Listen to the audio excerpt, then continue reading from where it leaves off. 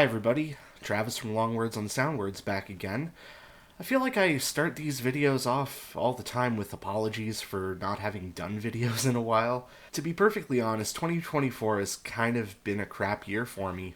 Right from day one. It's not been a good year. I've lost a parent, I've had a breakup with my long-term partner, moved apartments, had health issues. Just everything seemed to be working against me to make content in 2024, and that's why you really haven't seen much of me this year. But there has been one thing that's been really good this year, something that's kind of kept me somewhat sane, and of course, I'm talking about music. So this is it. This is my year-end wrap-up. And it's actually been quite a bumper crop of records that have come out this year. So many great records. So many times where it just seemed like we were getting masterpiece after masterpiece. And so I want to go over those records today. Now, last year I started a little something which I'm calling my Hall of Fame. And it's something I've been kind of wanting to incorporate more often into these types of videos. And I'd like to see some of my friends that do content like this maybe consider it for their own year-end wrap-ups, where I take a look at an older album and put it on my list. Last year, it was Styx's Cornerstone, which was a defining album for me last year. It was the album I listened to most. And it would have been really easy for me to put its follow-up, Paradise Theater, as my Hall of Fame choice this year, but I've decided to kind of implement a no repeat artists on consecutive years rule. So this year, it's between two albums for me, and I think I have to give it to Permanent Waves by Rush. Brilliant record front to back. I've been on a bit of a Rush kick these past couple of months, and Permanent Waves is the album I just keep coming back to time and time again. The songs from it, when I'm playing guitar, are usually the first thing I play when I pick up an instrument, usually The Spirit of Radio, or Jacob's Ladder, Natural Science get played a lot on my instrument. So Permanent Waves is this year's Hall of Fame pick. And before I get into my list, I'm going to talk about the one album that disappointed me most this year. Start with the bad news first, then get the good stuff out so we just end on love. And my disappointment of 2024 was Melodies of Atonement by Leprous.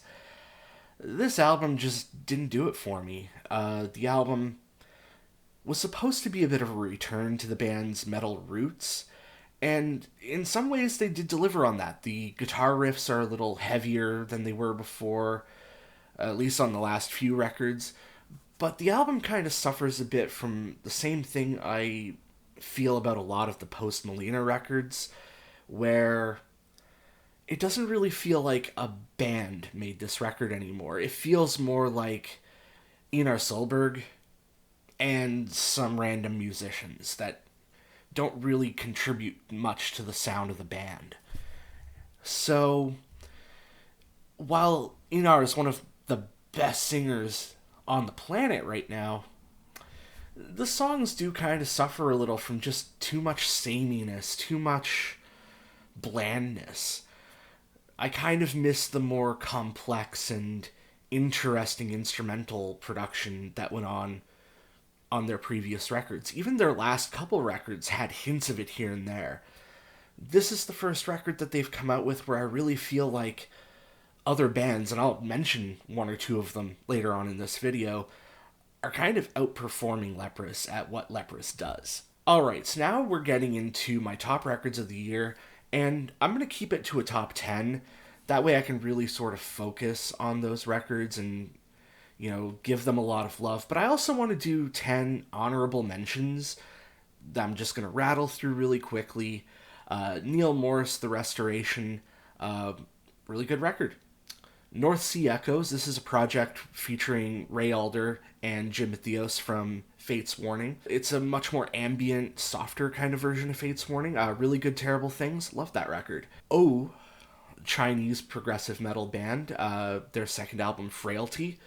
Absolutely insane record. Wheel, Charismatic Leaders. This is my first real experience with the band Wheel. I thought it was pretty brilliant. King Crow, Hopium. This is the album that I feel really upstaged Leprous this year. They did Leprous better than Leprous, and I absolutely dig that. Nightwish, Yesterwind. I think it's pronounced Yesterwind. Really good. Kind of mixes what they were going for with their last record, Human Nature, with their more symphonic metal style that they are known for. It's kind of a bit of a return to their roots, but an evolution of what they've been doing over the last few albums. Versa, A Voyage, A Destination Part 2. This was kind of a late bloomer for me. It took me a really long time to sort of get into this record, but once I did, it was really rewarding. Very good sort of post-prog, post-rock, prog rock mix of a record. Love it. Blood Incantation, Absolute Elsewhere. This is an absolute elsewhere of a record. I've heard people say that it's like Opeth meets Pink Floyd, but really it's more like Morbid Angel meets Eloy. Listen to it and you'll understand. Vola, Friend of a Phantom. Really solid record from them. Maybe not as good as their last few, but I still feel like this was a really solid sort of poppier prog metal record. And this is a bit of a controversial pick, but Linkin Park's new album From Zero, some really, really good musical moments. If you grew up on like Hybrid Theory and Meteora, don't let the change in singer throw you off. This is a pretty solid record, but it also has some interesting new twists to Linkin Park's sound as well. So there's some really cool stuff that kind of went on with this record. I really loved it. Alright, so now we get into my top 10. And the first few of these were kind of hard to pick out based on them coming out later in the year and just not really being albums that I've spent as much time listening to. But I really do feel that these albums were so good that they deserve to be in my top 10. So first, at number 10, it's Beardfish, Songs for Beating Hearts. It's Beardfish returns, baby. I mean, what more can I say? These guys are one of those sort of modern retro prog bands that I really love the sound of because it really sounds like they just love to play. You can hear the passion in every note that they play, and they're not the most, overbearingly serious band out there. Some of their earlier records really exemplify this, but this album does have a little bit more of a serious kind of tone to it a bit. A lot of people are going to point out like the big epics, but what really drew me in were the singles. They drew me into the record, and they just made me really appreciate what Beardfish was bringing to the table, and made me look at the longer tracks more lovingly. If you have a really good single, chances are you also probably have some really good epics, and Beardfish did a really amazing job with this record. In the Autumn is one of my favorite songs of 2025, hands down. At number 9, I kind of debated putting this record a little higher on my list, because the first impressions that it gave me were so positive. But after kind of going through the rest of my records and figuring out where I am with it, I think it deserves 9th place. I'm talking about Opeth, The Last Will and Testament. So this album sees Opeth returning to their death metal roots. Michael is growling again. Yay! But it doesn't sound like Watershed or Blackwater Park. It doesn't sound like Still Life or My Arms Your Hearse. It doesn't sound like Orchid or Morning Rise. It sounds like if you took the stuff that they've been putting out the last 10 years, Heritage, Pale Communion, Sorceress, and added death metal back to it. Which in a way is kind of cool. I really dig what they did with their sound on that record. It's still very 70s jammy prog, but with growls. At number 8, Devin Townsend, Power Nerd. I know this album wasn't a lot of people's favorite record. I can understand some of the criticisms that it's really just kind of a standard Devin Townsend record, but a standard Devin Townsend record is still going to be a damn good record. And I also found a lot of people's criticisms literally amounted to, it isn't the moth. But what can I say? This record is just fun. It's infectiously fun, groovy, catchy, and there isn't a moment on this record that makes me feel like it's just kind of dragging on. And no, it's just pure just joy and driving fun the whole time. This is Devi kind of going back to something like Addicted, or a little hint of like Infinity or something along those lines. That final track, Ruby Quaker, an absolute riot. I love every second of it. Number 7, Neil Morse and the Resonance, No Hill for a Climber. This is the best Neil Morse record of the year, that's for sure. I mean, he did do the restoration, that made my honorable mentions, but I felt this album a lot more. The restoration was a good rock opera, but I really like the sort of more song-focused approach on this record. The musicianship values are extremely high.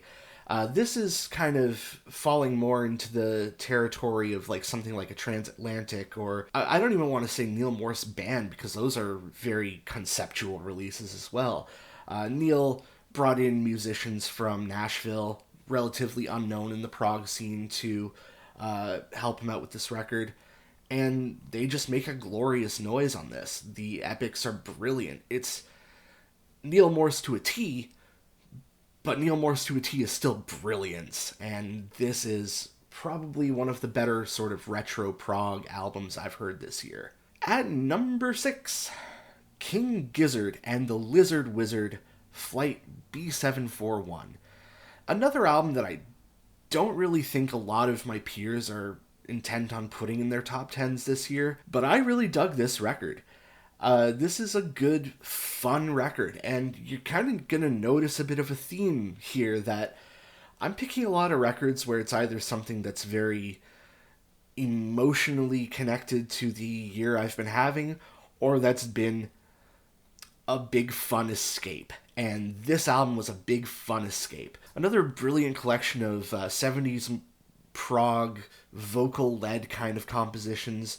One of the kind of coolest things, like as a musician and gear nerd that I am, was the fact that a lot of the guitar parts on this album were recorded just live off the floor, with like little tiny guitar amps like this big that you could probably buy at like a hawk shop for $20, and it still sounds glorious. Alright, so now we get into my top 5. Continuing in Australia, we got a band from the opposite end of Australia, from Perth, with Caligula's Horse and their album Charcoal Grace. As far as sort of traditional progressive metal goes, this is the cream of the crop of 2024. Probably noticed that there's not a whole lot of prog metal on my list this year, just Opeth, Devin Townsend, and this. And that's because this really wasn't a big year for progressive metal. But if there was an album that came out this year that I think is progressive metal's peak for 2024, it was Charcoal Grace. I know a lot of people are going to say like the epic title track is the best on the record, and it is a really good epic. But for me, I'm about the shorter songs on this. Golem, The World Breathes With Me, Sails, Storm Chaser, just beautifully gripping songs. Once again, you know, the musicianship is brilliant. Sam Vallin's guitar playing is just some of the best you'll ever hear. And I think unlike a couple of their previous records, this album sounds like a complete work. It sounds like a band that really put a lot of effort into making the album uniformly good and flowing through its entire length, which is something I really appreciate from a lot of bands these days, that they're trying to do stuff like that with their records. In a day and age when streaming has kind of destroyed the idea of albums, it's so good to see bands kind of keep this idea up. Number 4 on my list is one of the few albums, actually one of only 2 new releases, that I've picked up in any physical format this year, and it is Mile Marker Zero's Coming of Age. This album is pretty brilliant. It sounds like a very modern version of Rush, maybe with a bit of like alternative rock kind of mixed in. But then you have tracks like Bizarre, which are a little more, electronic oriented, almost pop in a way, but not in a cringy pop music kind of way. Just a very good electronic interlude, I guess you would say. A really good album. Just brilliant from front to back. At number 3, I've got Mir with Wheels Within Wheels. And I really, really feel that this album needs to be talked about a lot more. Because it's kind of for what prog rock is nowadays, what an album like, Close to the Edge would have been in the 70s, or, a Marillion album in the 80s, or Dream Theater in the 90s. This is the start of a new phase of prog rock where we start to incorporate a lot more sort of modern contemporary influences, like something like out of like a modern indie folk album.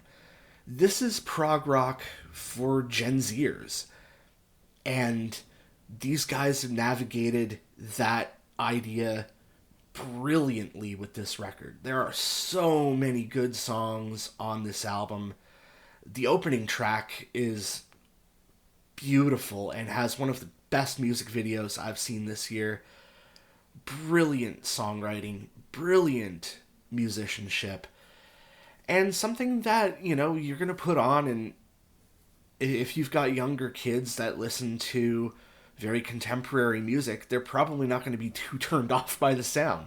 They're going to go, well, these guys sound like a good young band, and they are a good young band, and I really, really want to see these guys succeed in the future. I think this is a band with an incredibly bright future, and, this being their second album, and it's already been getting so many rave reviews from people, it just warms my heart to see that prog is still in safe hands with Mir. So now we're at number 2 on my list, and it's the other album that I've picked up in physical format, Quantum, Down the Mountainside. This one probably fits in a little bit better with my trying to match the emotions of the year for me. This is a very dark record. And if I had to describe the sound, kind of think of it like a mix between like Mastodon, Rush, the Mars Volta, King Crimson. Much more clean vocals. There's not a whole lot of, extreme vocals on this, but these songs are just so emotional and dark. On the Verge is just like a song of like spiraling. Dots is the ballad, and it's kind of the modern equivalent of something like Genesis' Entangled. This just so gorgeous production, but such a sad song. This album kind of came out at the right time for me, when I was dealing with probably some of the worst of what I was dealing with this year. And it just kind of wrapped me up in a blanket and coddled me through this hell of a year. But I absolutely adore this record. This is, for the longest while, it was my number 1 album of 2024. But there can only be one album that is number 1. And when this one came out, I didn't expect it, to be honest. In fact, if you went back in time to the beginning of the year and told me that my number 1 record would be from this band, I would have not believed you. I would have been shocked. And it's not because I hate this band or anything, but I just never really took the time to get into them. And I'm talking about the band Frost with Life in the Wires. So, yeah, I never really got heavily into Frost. They were hyped up a lot, when Million Town came out, and I think I'd heard 1 or 2 songs, and I was in a different musical headspace at the time, and I just kind of thought, oh, these guys are okay. And that was it. And I never really listened to their music after that. I mean, I have friends who love their music and hype them up, and I'd just be kind of like, yeah, that's nice. I'll listen to my stuff, though. Yeah, so when they came out with the singles preceding this record this year, there was a bit of a concerted effort on my part to just say, okay, you know what?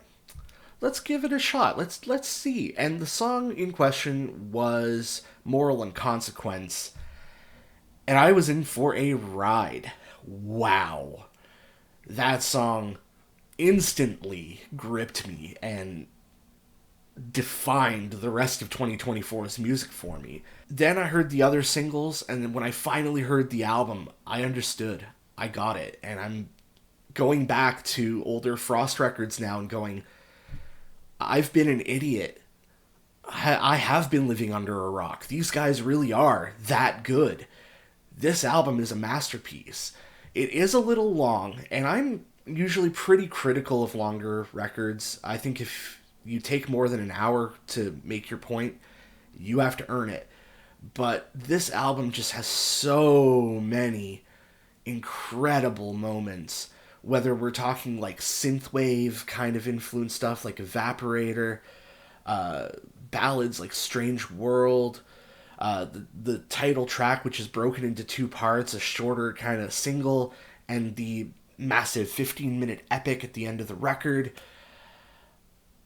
There's so much brilliant music on this record. So much going on. Mixes of everything from, genty prog metal to some of the best ambient sounding prog you've heard in years. And these guys really did earn the length of this record. There isn't really any criticism I have of it. This record is just perfect. Brilliant record. Absolutely recommend it if you want to check out the album I consider the best of 2024. And like I said, I didn't expect to even like this record, let alone put it at number one. Frost has never really been my favorite band, but I think I really need to, change my tune on that a bit, because these guys are pretty brilliant, and I'm glad that I got the opportunity to right a massive wrong that I've been committing to the prog community over the years. So, yeah, what a record. So anyway, that's it for this video. That's my top 10 albums of the year, my biggest disappointment, and my Hall of Fame, as well as 10 other honorable mentions. As for future plans, I do have intentions of growing this channel a bit. I have started to sort of even out things in life a bit, and things are starting to look up a little. So you can expect to see this ugly mug around a little more often. Hopefully reviewing some new records. I know a lot of us are looking forward to the new Dream Theater. We'll see how that goes. And yeah, it's been fun. Thank you for watching. Peace off.